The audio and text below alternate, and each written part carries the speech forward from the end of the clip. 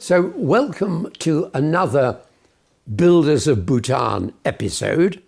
I have to confess that when I decided we'd call these podcasts Builders of Bhutan, I really didn't realize that if you search for Builders of Bhutan on YouTube, you have to wade through a whole lot of advertisements for concrete, bricklayers, construction companies before you come to these podcasts on people who have helped build Bhutan over the last 4.5 decades. And today, I'm delighted to have with us here Limpo Thakur S Powdyel, who has made enormous contributions to the development of education in Bhutan, not only as a bureaucrat and as a minister, but also as an education thinker, because the bedrock of education is founded on the aims, purposes, and role of education, especially in a new country like Bhutan, where education is a relatively new idea. So I'm very delighted to talk to a very old friend, Limpo Thakur S Powdyel. We first met, Limpo, when you were studying at the University of London Institute of Education about 35 or 36 years ago. So we're both lucky to be still around. But Limpo, if I could begin by asking you about your childhood. Where did you spend your childhood? What was it like? Because this must have been in the 50s? That's true. Yes. So what was life like in Bhutan for you as a child? Oh, thank you so much indeed for this very kind invitation to be a part of this very important project. Before I get to that question, Sir Michael, I would like to pay my tributes to the builders of Bhutan who started this very big project of nation building several centuries ago. So over the years, all the great thinkers, the patriots, the leaders in different fields who contributed in their own way to the building of Bhutan, our spiritual leaders, our political leaders, our builders of farms and roads, and all the other service delivery infrastructure across the country over the years. So to them all, I would like to pay my tributes today when I have this beautiful opportunity to speak about the making of Bhutan. I believe that every nation has at least two lives. One is the outer life and the other is the inner life.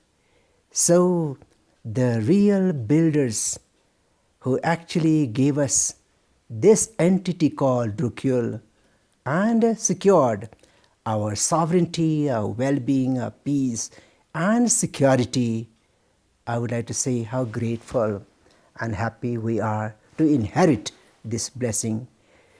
Coming back to the point of where I come from, it is actually a very old story that began in the late 1950s and the beginnings of the 1960s. It was a very different Bhutan, a different world altogether. I was born and brought up in a remote village in southwest Bhutan, Dorokha by name, Dorokha, midway between Samchi and Ha. Right.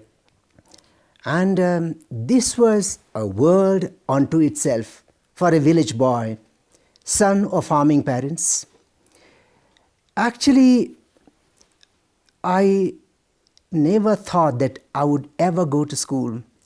There was a little primary school close to my house, and we, my siblings and myself, would look after our family cattle just below the school.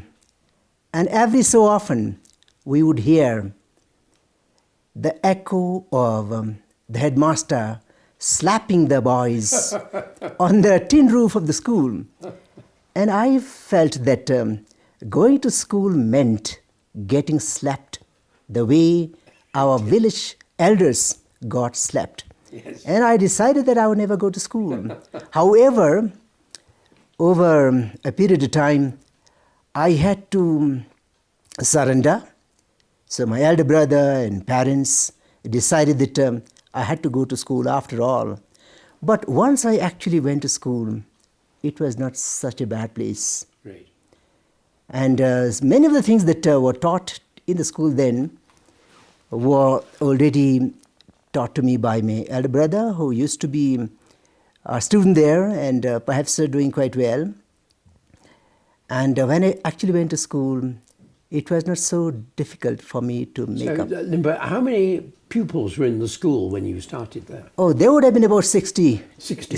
students, Right. Mostly boys. Right. Yes, there are very few girls.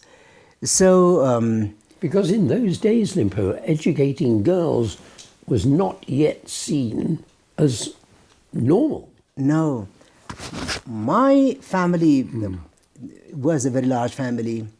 We were 10 siblings.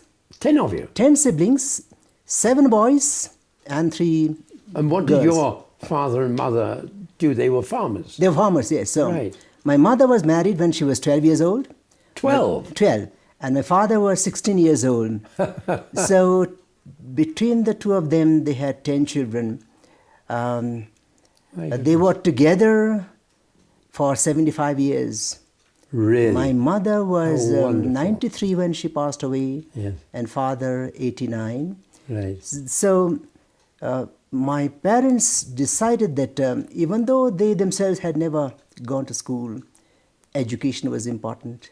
So they sent all our elder brothers to school, and my sisters were somehow left out because it was thought that girls didn't go to school.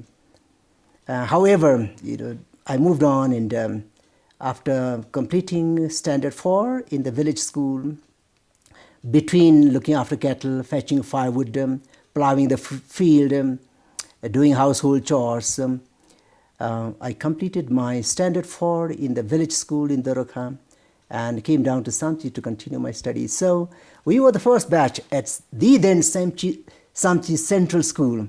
Right. To complete class 10, the erstwhile ICSE examinations. That's right, yes. The Indian Civil Service. Yes, Exam. the Indian School Certificate School examination. certificate is sorry. That's right. So, the Indian School Certificate exam. indeed. Yes. So after that, I went to Shillong and stayed there for an extended period of time. So you went to Shillong? Shillong, yes.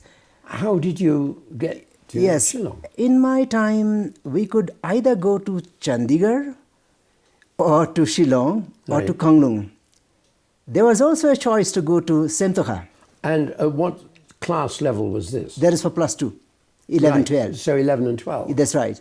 Yes. So I had actually wanted to go to Semtoha, Right. but the government told me that I better go to Shillong. Right. So wasn't Simtoka then the origin of the Institute of Language and Culture It Studies? was, yes. Yes. It was for mainly Zangka studies. That's right, yes. That's right.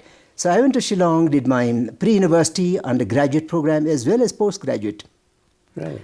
Came back and did my civil service competitive examination. That was in 1984. Right. Yes. And in my time, it was the done thing for anybody who topped the selection examination to join the Ministry of Foreign Affairs. Right. It was Indeed, glamorous, yes, attractive. yes. That's right. And, And you got to travel abroad. oh yes, indeed. So, however, here was an exception. I ditched that offer and went to do my postgraduate studies to return to be a teacher. And today, when I look back, I thought I made the right choice. Why did you then feel that you wanted to be a teacher? I think it was mainly because of what I saw in my own teachers. I thought we had some of the finest teachers who actually came into our lives. They were mostly from India, and it was education as a function of personal passion and commitment. I never heard my teachers talk about salary, promotions, allowances, training opportunities. They were there 100% taking care of the children. And I thought always that one day I will be a teacher like them. So I went to do my teacher training course in the United London, Kingdom. which is where we met indeed. Yeah. So, and it was such a good fortune to have been able to meet you, because it is one thing to discover London and different parts of England, but the most important gateway to that wonderful country was through Sir Michael Rutland. Oh, yes. Well, I remember us all going in a little bus to the Lake District, and we visited the house of Wordsworth. We did, yes. And there was a lady there, an elderly lady, who was the sort of curator of the little Wordsworth Cottage Museum. And she was slightly taken aback to discover that this visitor from Bhutan actually knew more about Wordsworth than she did. And so I remember very much taking you to that little, was it called Dove Cottage? I can't remember. It was the Lake District's In the Lake Dove District. Cottage, and Yes. we visited some libraries, bookstores, and that beautiful countryside. And indeed, in Bhutan, Wordsworth was part of our curriculum, so we knew a fair bit about some of those romantic poets. So it was quite natural for me to be able to relate to that Wordsworth country. And perhaps the lady had such a very low opinion of us that she would have been a little... She was rather surprised. That's right, that somebody from far away Bhutan knew something about this great nature One poet. of the interesting aspects, in those days, the standard comment here in Bhutan would be young people had to have exposure. Yes. You know, and it almost became like a magic word, exposure. And so what effects did your time in England and then you're travelling around a little, going, for example, to Wordsworth's country, when you'd learned all about his poetry, what sort of effect did that have on your general attitude to things? I think having studied several British writers in my school, college and university, it was a beautiful opportunity for me to find an objective correlative when I went to England to what I had thought, read and imagined about the United Kingdom and the places, the people, the different institutions, great cities. And for me, particularly being able to visit those places associated with these great writers was particularly fulfilling. Before I came back, in fact, the day before I was supposed to come back to Bhutan after finishing our postgraduate certificate in education training, I took a train to Dorset to see the Hardy country. Yes, and Hardy has remained a favorite of mine, so it was such joy to be able to visit. Yes, so you then came back to Bhutan, far from the madding crowd. Yes, indeed. Yes. And I was posted to Shemgang. Yes. That was the year the school was upgraded to what then used to be called Shemgang Central School. But I stayed there for only about 45 days, after which I went for my training. And when I came back from my training in the United Kingdom, I was posted to Santi Teacher Training College. So the first batch of the BA trainees graduated the year I left Samchi College of Samchi. Then it used to be called DNI, National Institute of Education. Right. Yes. And in about August 1986, I was transferred to Sherat College. And Right. of course, So in what role were you transferred to Sherat? initially I was a lecturer in English, Right. but soon I was asked to take over the role of the vice principal of Sherat College and stayed there for a fairly long period of time, 15 years. Right. But those have been among the most memorable and fulfilling years of my public service life. So Why, Limpo?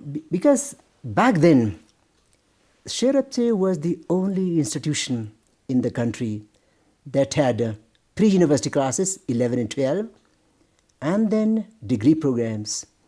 And even though it was geographically as well as psychologically very far for most young men and women of the country, however, to that institution came the brightest of Bhutan's boys and girls, young men and women, with big aims in life, with big dreams.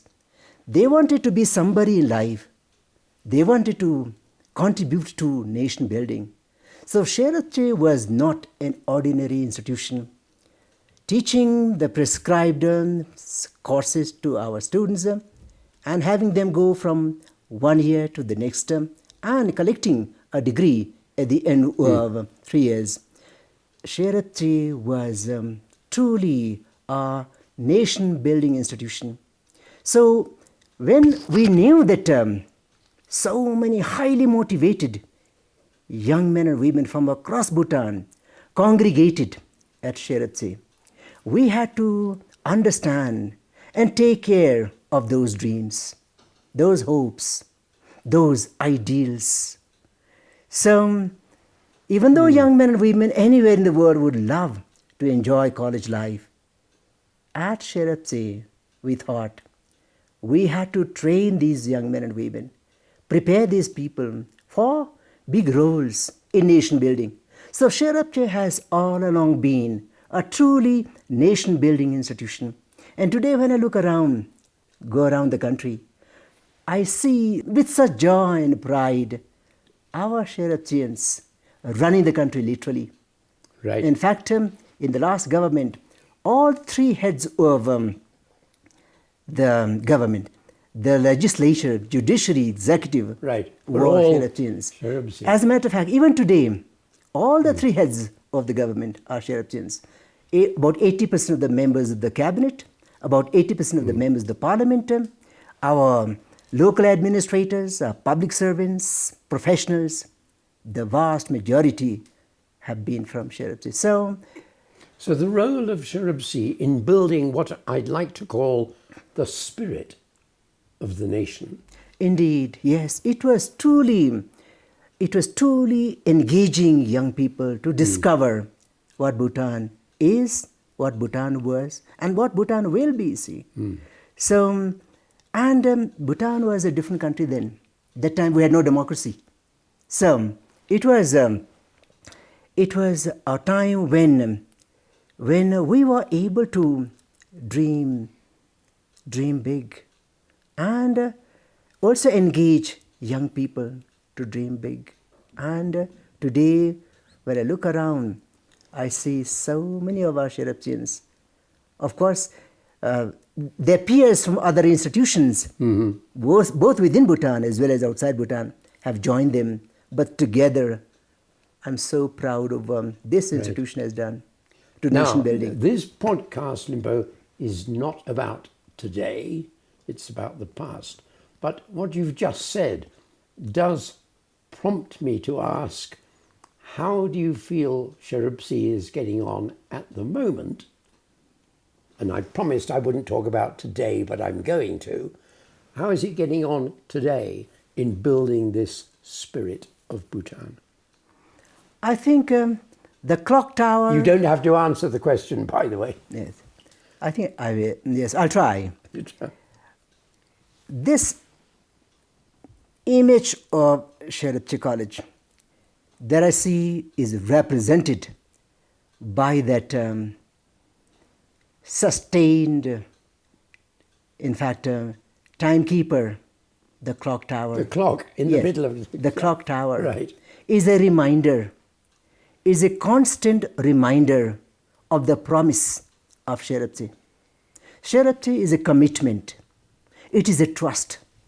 It is a pledge.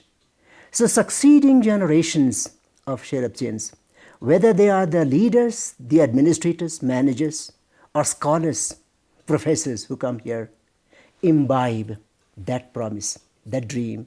By the way, it was one of the very few institutions that was selected by none other than His Majesty the Third King, the father of modern Bhutan, Rogyalpo Jigme Dorje Wangchuk, and the late Father Mackey. They sat on a flat stone and planned the evolution of the Sherat College. And it is meant to be the peak. Sherat in Dzangkha, our national language, means the peak. Right. So it has a commitment to remain the peak. It is a trust. It's a commitment. So regardless of who comes and goes, regardless of the change in time, that commitment has remained and ought to remain. To do less would be a disservice, not only to Sherat, but also to the country. So Limpo, such a pity when you graduated you didn't go into the Foreign Service, because that is a most diplomatic, ambassadorial answer on which I congratulate you. Your point that continuity for the aims and magic of Sherat is what counts. Continuity into the future, and the building in the beginning from the early founders, as you say, Father Mackey and the Third King, sitting on a stone. They didn't set up a great big committee. They didn't. It was leadership. Absolutely, yes. So, as I was saying earlier in the beginning, I feel that every institution, as indeed every nation, has two lives. One is the outer life that the eyes can see, the buildings, the roads, the vehicles, the structures, and everything objective. However, that objective life, that outer life, can go only so far and no further. Right.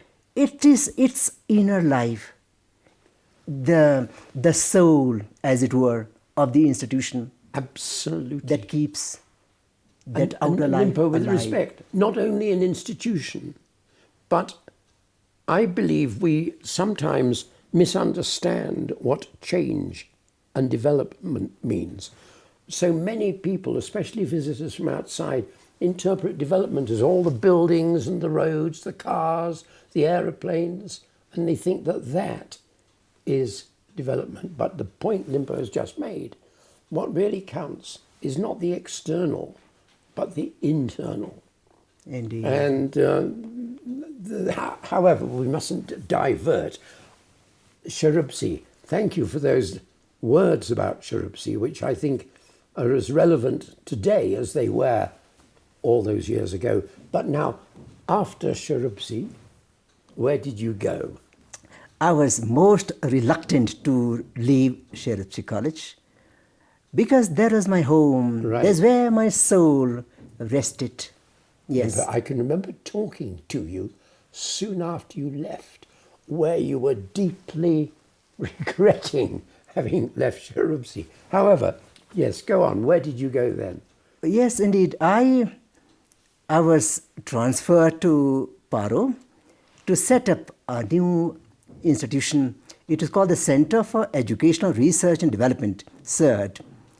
As part of the university, I came away and set up that institution. It was a one-man institution for 3 years. Right. It was a one-man One center. person, just you. Indeed. And it was a big old classroom turned. That's right, just below the Zong, by indeed, the river. Yes. next to Paruchum, close to the Nyemi Zampa bridge. And I began with the most modest of facilities. But that did not deter me from doing what I thought a research center ought to do. So even though I was alone initially, a very competent and able colleague, Mr. Ngit, who is now the executive director of the Bhutan Media Foundation, joined me later. And together, we were able to do quite a bit of work, and especially when it came to publication, teacher training in the sense of engaging the teachers to think about their own role, engaging them in relationship to their own field of investigation. If they were mathematics teachers, we had what then used to be called the Rimpong experiment. We called that session the Rimpong experiment. Right. And the Rimpong experiment was very interesting.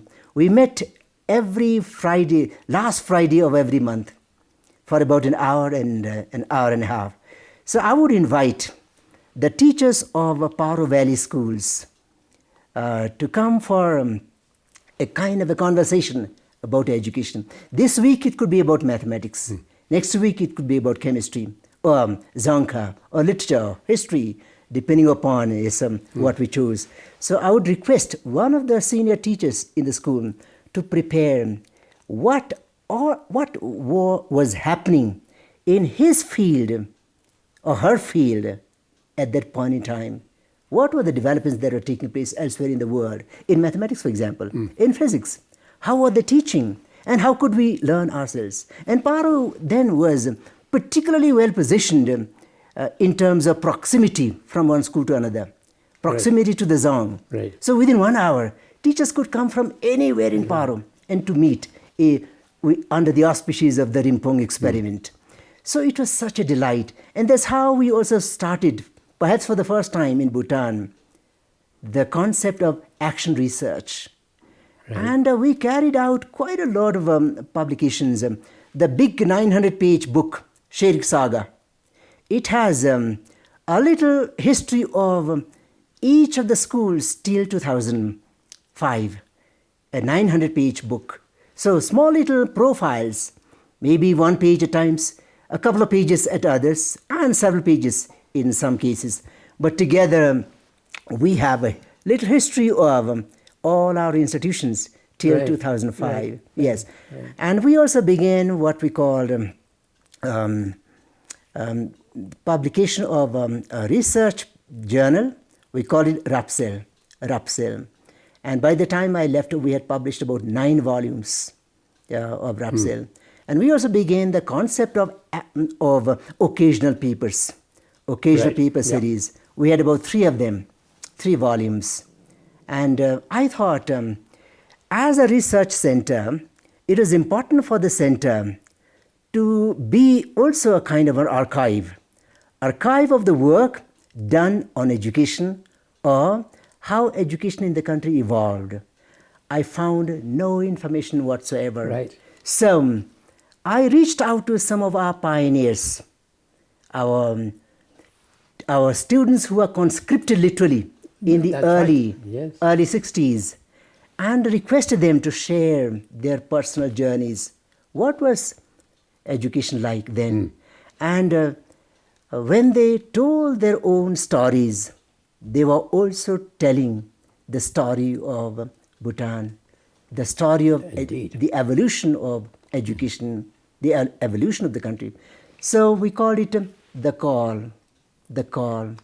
Right. Stories of yesteryears. Yes. And another publication that we came up with, there was... and just very quickly to mention that in The Call, there were such interesting tales of the backgrounds of some of our senior people. Indeed. And, walking for hours to school, walking for days to school, and the conditions of life. I always think of that iconic photo, which may have been in your book, of all the pupils at Ha School. And you look at them, and there's late Limpasi Dorji and a whole lot of very, very prominent Limpos and Dashos sitting there as little kids. Yes. Indeed. Those pictures feature in this publication that we put together, Right. when we celebrated the Centenary of modern education Right. in 2012 Yes, 13, Yes. we thought that that was when I came to the ministry. We thought that 100 years in the life of an organization, in the life of an institution, is a significant period Yes, of time. yes. And especially in Bhutan's case, those 100 years were absolutely consequential. Yes. Totally. Yeah. And the first school ever along the modern system of teaching and learning, secular school, was set up in Ha in 1913. Right. And we thought that when 2012 came, And sorry, that was in the days of the first king or the second king? there in the days of the first king. First Yes, king, That's right. right. Yes. So, so we thought that the ministry, the government would have to honor the achievements of those 100 years. Because in many ways, the evolution of Bhutan has been thanks to the evolution and contribution of education. Right. His Majesty, the great third king, realized that education had to be the instrument, the vital instrument of nation building. Yep. And modern education began. And how we prepared our people, educated our young men and women to shoulder responsibilities of nation building.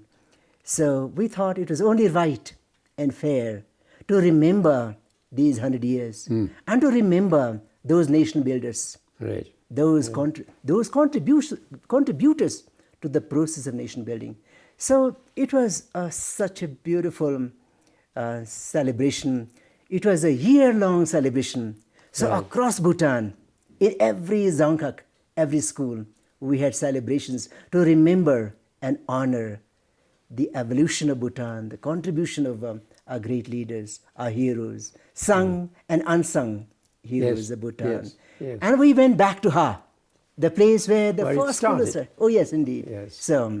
So that's where those pictures Yes. feature in his publication called The Centenarian, 100 Years of Educating the Nation. Right. Yes. Right. But now, to go back to Paro and the research, what then? What happened to you after that? I think now some of the activities are being carried out. The Right. center itself has merged with the Paro College of Education. That's right, yes. And I believe there is an in charge of the center. I see that some of the activities continue to be undertaken, and some publications are also done. But I think now some of the priorities would have changed. So I feel that it has assumed a slightly low profile, but there is a very highly motivated scholar who heads the Right. institution, and under his watch, a lot of wonderful things are happening. And I feel that it's important to keep the original purpose and the important activities that were the hallmark of that center. The interesting thing, of course, is talking to the builders of Bhutan in these podcasts. One is really talking to people who were the planters of seeds. Absolutely. And as I say, I try not to get into today or the future because one is interested in the past in these podcasts. But it is very important, I think, to look at the seeds, to see which seeds have produced wonderful blossoms. Some seeds fell on stony ground and, didn't really thrive. Were there any seeds, Limpo, that you planted which fell on stony ground and actually never really managed to get very far? I mean, I think, for example, if we just mention from Paro and the research, you moved into a completely different sphere of activity, I think, because your next role was I moved to the Education Ministry. as the minister, Yes. which is quite a difference. Many of my friends would ask me, now that you are no longer in an institution, teaching in the classroom, you are in the ministry now, how do you feel being there? Right. And my answer would be, there's no difference. There's no difference in the sense that when I was at an institution, that was how, in fact, how big or how small my reach would have been. But in the ministry, the whole country becomes your classroom. So it was only a question of size, not a question of one's commitment, because I didn't become a different creature when I went to the ministry. As a matter of fact, I was able to discover some of the deepest meanings of my role when I was in the ministry. I used to travel extensively across the country. I Yes. believe, Limpo, Yes.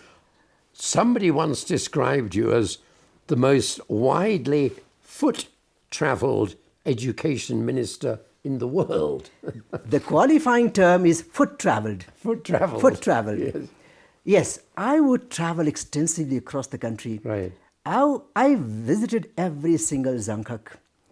I would have met teachers from across the country. I visited some 80% of the schools.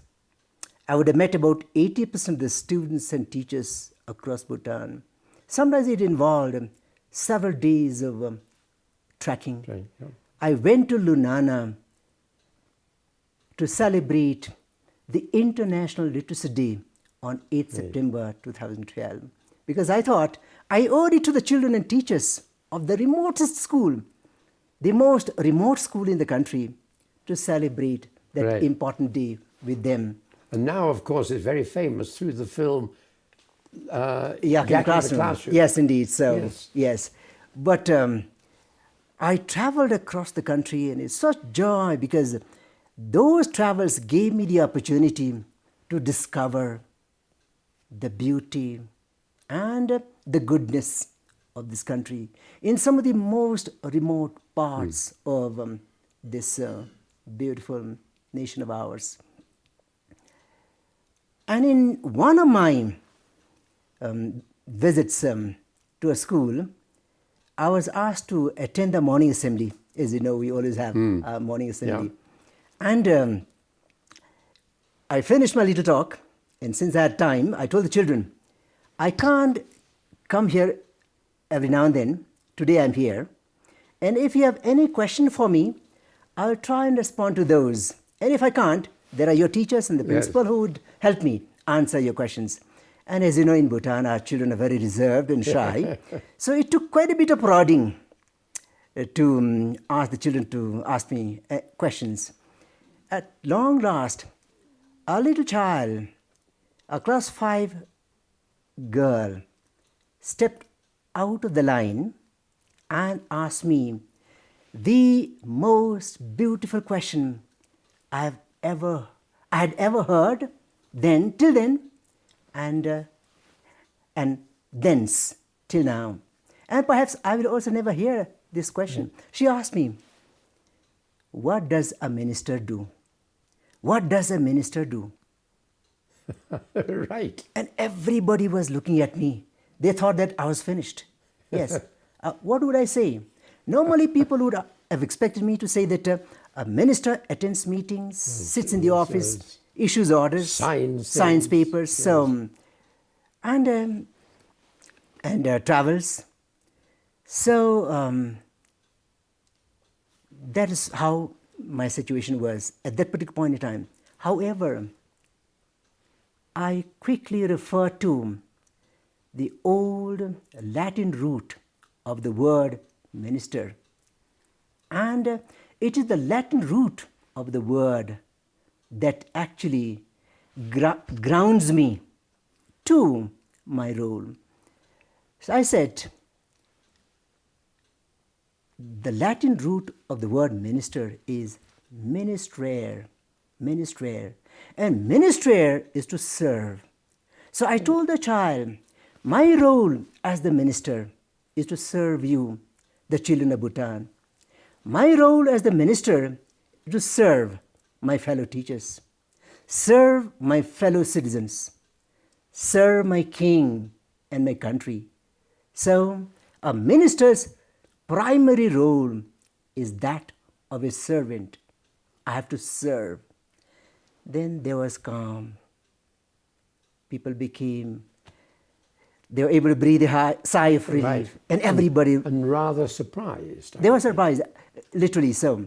So I thought, that is where the soul of our role comes. Every role has a soul. But very often, we forget that our role, it could be the role of the minister, the secretary, the director, the parliamentarian, the lawyer, the doctor, the engineer, the diplomats, planner. It could be the road builders. These are our roles. But every role comes from a soul, the purpose for which that role is created. So every role comes from a soul. But over time, what happens is that we forget the soul of our role. We get so carried away by our role, our rank, our position, our title, the paraphernalia. Our ego. The paraphernalia, see. And that sucks the soul. And the role becomes inflated and it forgets where it came from. What was the purpose for which the role was created? So it is important for the role to keep returning to the soul for nourishment, for revitalization, for its blessing, to keep it, to remain relevant, to remain vital, to remain useful. It is so important for every role, regardless of where we are, whether we're in the public service or in private service. Every role has a soul, and we have to keep returning to the soul of our role, to do our job, to carry on with our mission, purposefully, meaningfully, and to remain relevant. Limpo, the purpose of these podcasts is because I believe that quite apart from future generations knowing a little about the people who helped build Bhutan, I believe that people have lessons for the future to give to young people. And if we ignore the lessons from the past and from past people, we are in danger of repeating the same mistakes. So your comments about the soul of the role, if I can put it like that, are such a great lesson for the future, which you have learned from your past. And it is this connecting together of the past to the future, which I believe is so important for development, for the nation building, and for the happiness of future generations. And we must come to an end in a moment, but before we do, I'd just like you to mention one of your initiatives when you were the minister, which was gross national happiness, manifested through, I think you called it, green schools. Could you just say a word about green schools? Thank you very much indeed. It's music to my ears. Yes. As in my scheme of things,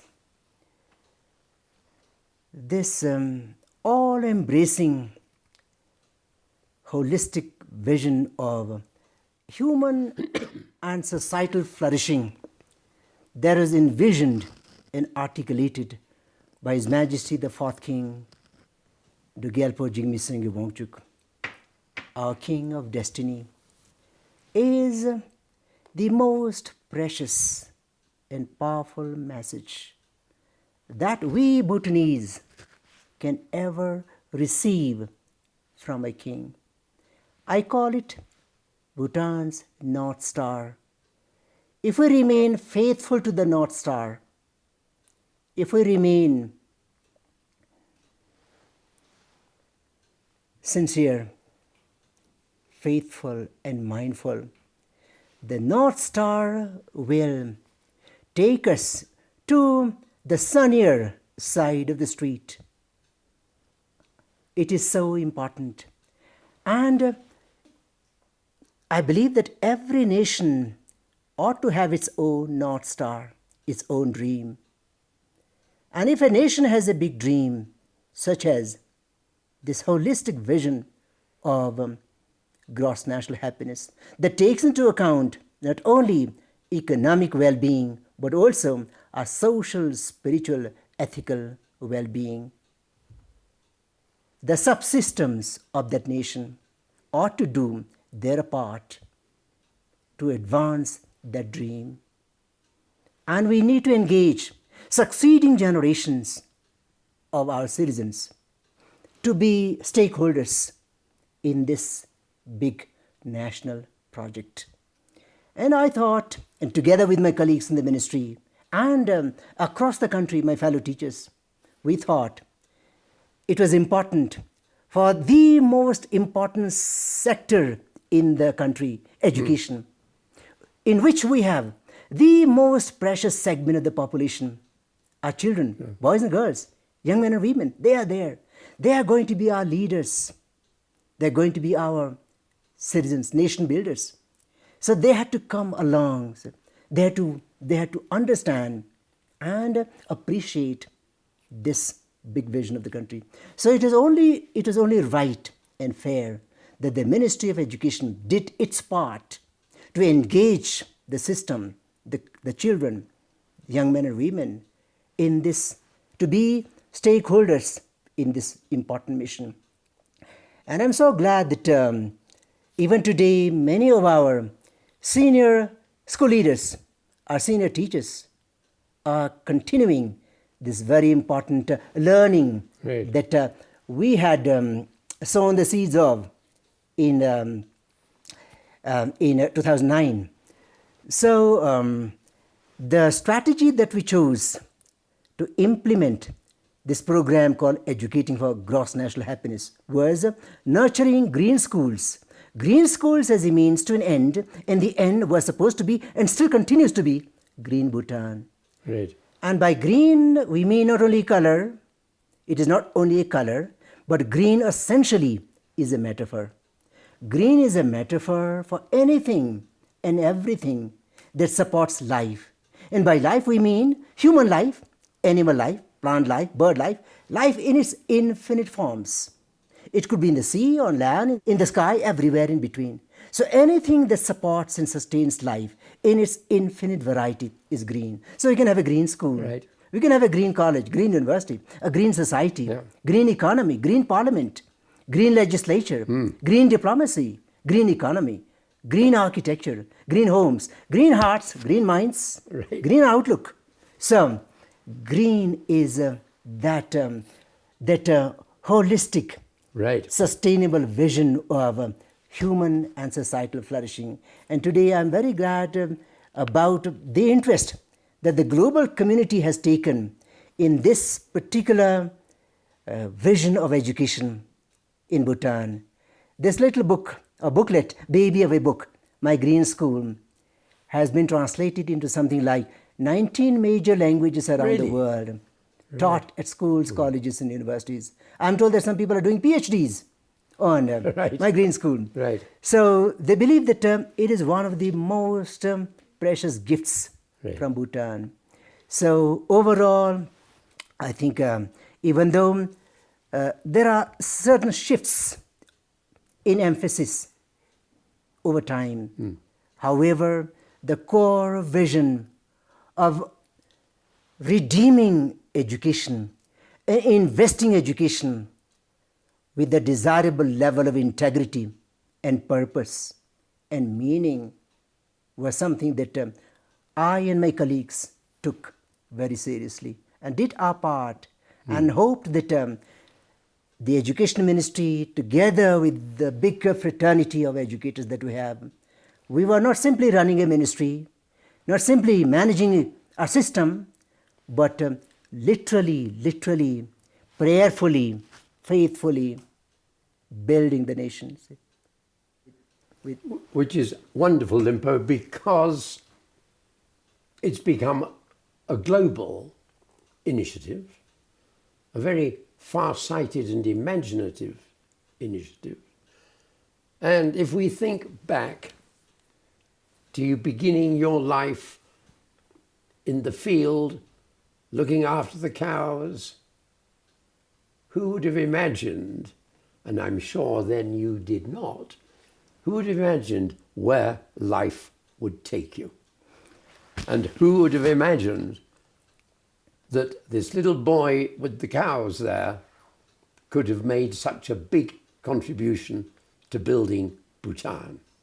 So, Limpo, among other things, in your later years, one of the things you've done is become an author. And lovely titles, Sun Rays Through the Rain, and it's been a rainy day today, but now we have the sun. So Bhutan at her best, which is a very interesting reflection on how Bhutan dealt with and responded to the COVID epidemic. Could you say a few words about it?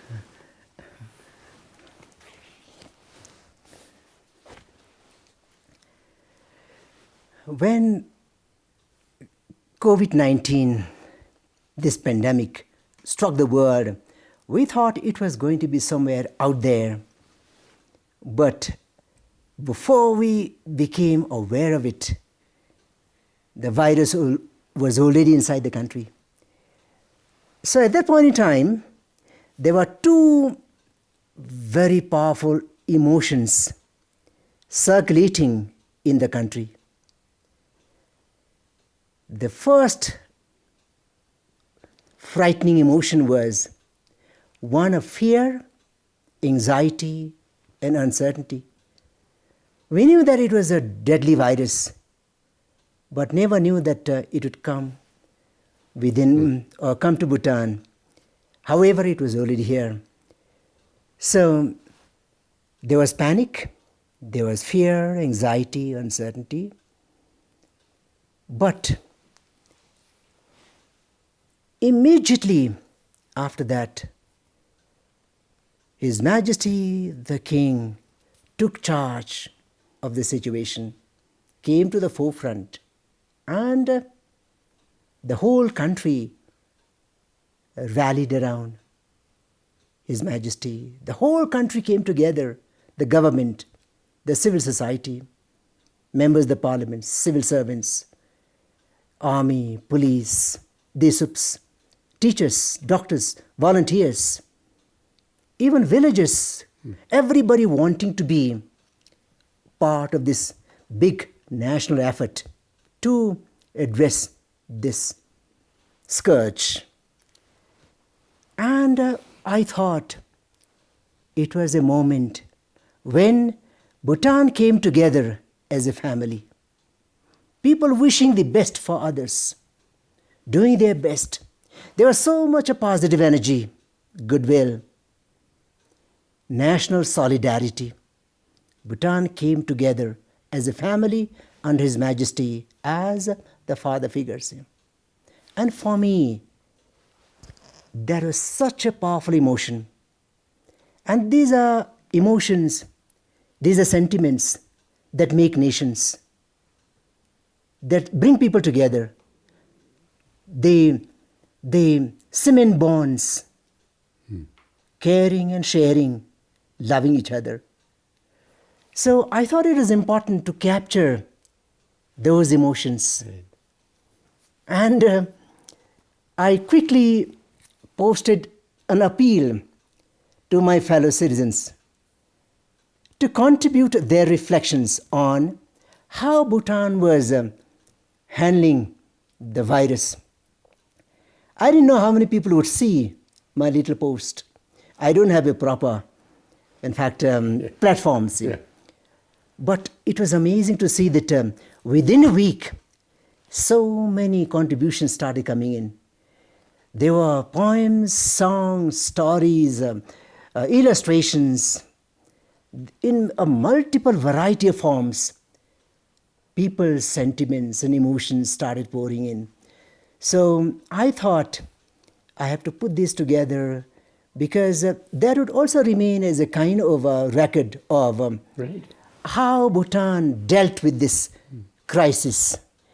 Future generations, 10 years from now, 15, 20, 100 years from now, how would our posterity look at what we did when the virus came? See?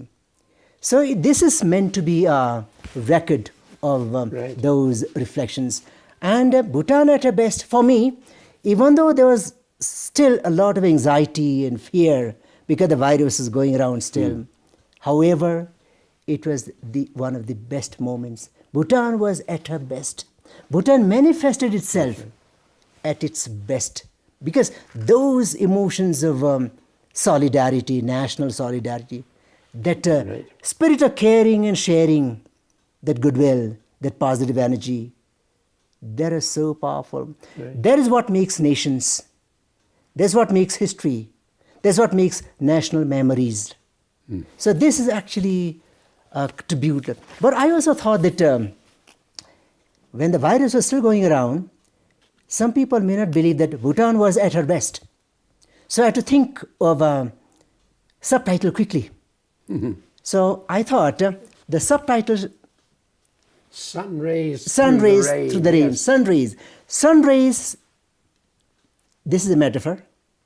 Rain is a metaphor as well. So there was this rain of fear, Right. rain of anxiety. But the sun rays come and cut through the rain.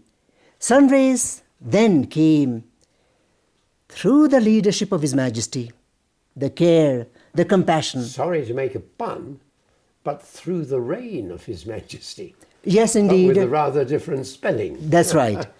Absolutely. So, His Majesty made sure that Bhutanese people were safe, that we were looked after.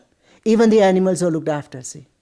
So, the sun rays came and cut through the rain. That is the reason why Bhutan did as well as we did during that pandemic. And it compares and contrasts so much with many other countries who dealt so badly with the pandemic, the COVID pandemic. Sometimes it needs hardship and problems to bring out the best in people. And perhaps this was a good example. Bhutan at her best. Indeed. Yes. Thank you very much indeed for your thoughts, your stories, and for all your work in building the Bhutan that we have today. Thank you very much indeed. It's a pleasure to talk to you. And Thank you so much. Thanks to Limpo Thakur S Powdyel. And as I say, we first met more than 30 years ago when you were studying in London. And it's always such a pleasure in this series of podcasts to talk to people of eminence in a wide variety of fields who have contributed to building the Bhutan we have today. So thank you, Limpo, and enjoy the program, but also look out for our next one. I wonder who it will be. Thank you. Once again, thank you so much for this very kind invitation. All that I am today is thanks to my illiterate but educated parents, my teachers, my elders, and the great kings whose light showed the way forward to me. Thank you. Thank you.